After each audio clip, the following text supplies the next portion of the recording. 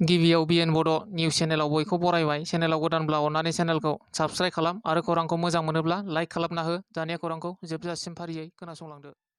गिबि खौराङाव दङ क'क्राझार जिल्ला पर्बत जरानि थख्रागाव राबाफारा गामियाव PHED दै जगायग्रा बिफाना दिनैसिमबो मावफुंजोबाखै। क'क्राझार जिल्ला पर्बत जरानि थख्रागाव राबाफारा गामियाव दै जगायग्रा बिफाना दिनैसिमबो गोग्गो दै जगायनानै होनो हायाखै। गामिनिनो गामि गोराया फोरमायनाय बादिब्ला 4 बोसोरनि सिगांनिफ्रायनो बे दै जगायग्रा PHED नि खामानिखौ मावदोंमोन, नाथाय दिनैसिमबो जाफुङैनि थाखाय गामिनि सुबुंफोरा खुद्रिदों आरो गामिनि गोबां सुबुंफोरा दैनि जेंनाखौ थाबैनो बोस्रांनो थाखाय बिटिआर सरकार आरो आसाम सरकारखौ खावलायहरदों। भारत हादरनि ISROआ मैया 14 जुलाइ खालि 2:35 रिंगासो समाव चन्द्रयान 3 खौ अखाफोराव दैथायहरनाय जाबाय। चन्द्रयान 3 आ भारतनि अखाफोराव दैथायहरजानाय थामथि मिशन। चन्द्रयान 3 खौ दैथायहरनायनि उनाव भारतआ आमेरिका जुथाइ हादर, रासिया आरो चीननि उनाव 4थि जाफुंसारनाय हादर जागोन होननानै मिथिनो मोननाय जादों। भारतनि बे गेदेरथार जारिमिन रनसायनायाव इसर'नि हाबाफारिखौ साफ्रोमबो भारतारिफ्रा गोजोननाय आरो गोग्गानाय मोनदों।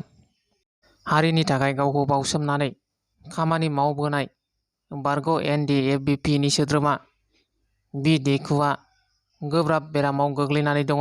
मिथिनो हानाय बादिब्ला क'क्राझार जिल्लानि सिङाव थानाय सेखादानि गामिनि बिनन्द्र चन्द्र ब्रह्मनि फिसाज्ला दिदार कुमार ब्रह्म एबा बि देखुआ गोबाव सम NDFBP आफादाव थानानै बर' हारिनि थाखाय दावहा नांबोदोंमोन।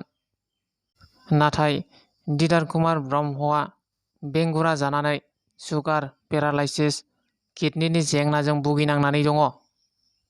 गोबाव सम बर' हारिनि थाखाय गबिन्द बसुमतारीनि हानजाजों NDFB आफादाव नांबोनानै दायो न'खराव रायजो जादोंमोन।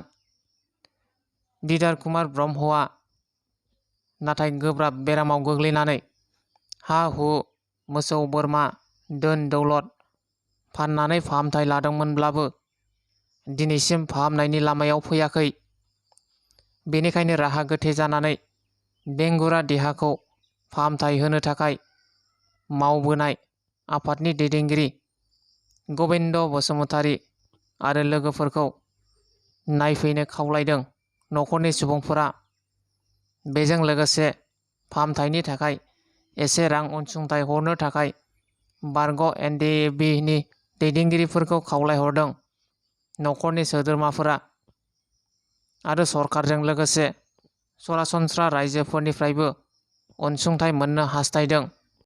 बि देखुनि जानबुं नम्बर 6900315146 आव थासारिनि सोमोन्दै खौरां लाहरनो हागोन। Account number 334340987725 IBC code SBIN 00079996 आव अनसुंथाइ हरनो हागोन। पानेरि बिधानसभा बियाबनि बारग' MLA कमलि बसुमतारी बिथाङा डेलिमिटेसननि सायाव बुंथिदों। बिथाङा बुंनाय बादिब्ला बियो पलिटिकेल मार्डारनि अनगा जेबो नङा होननानै रोखा बुंथिदों। बिथाङा बुंदों, बर'फ्रा गुबुन गुबुन पार्टियाव हाबजोबनानै दङ। जोंखौ पलिटिकेलनि मार्डारनि बागै जेबो नङा डेलिमिटेसनआ। अदालगुरियानो होन, भैरबकुन्द'आनो होन एसेबां गोरलैयै गनाया होननानै बिथाङा बुंदों। बिटिआर सरकारा सिगांनिफ्रायनो दायित्व लानांगौमोन, स्ट्रंलि बुंबोबाय थानांगौमोन होननाबो बुंदों बारग' MLA कमलि बसुमतारी बिथाङा। दिनैनि खौराङा बेखिनियानो। नोंथांमोना भिडिअखौ नायनानै मोजां मोनदोंब्ला लाइक खालाम आरो चेनेलाव गोदानब्ला साबस्क्राइब खालामनानै लादो।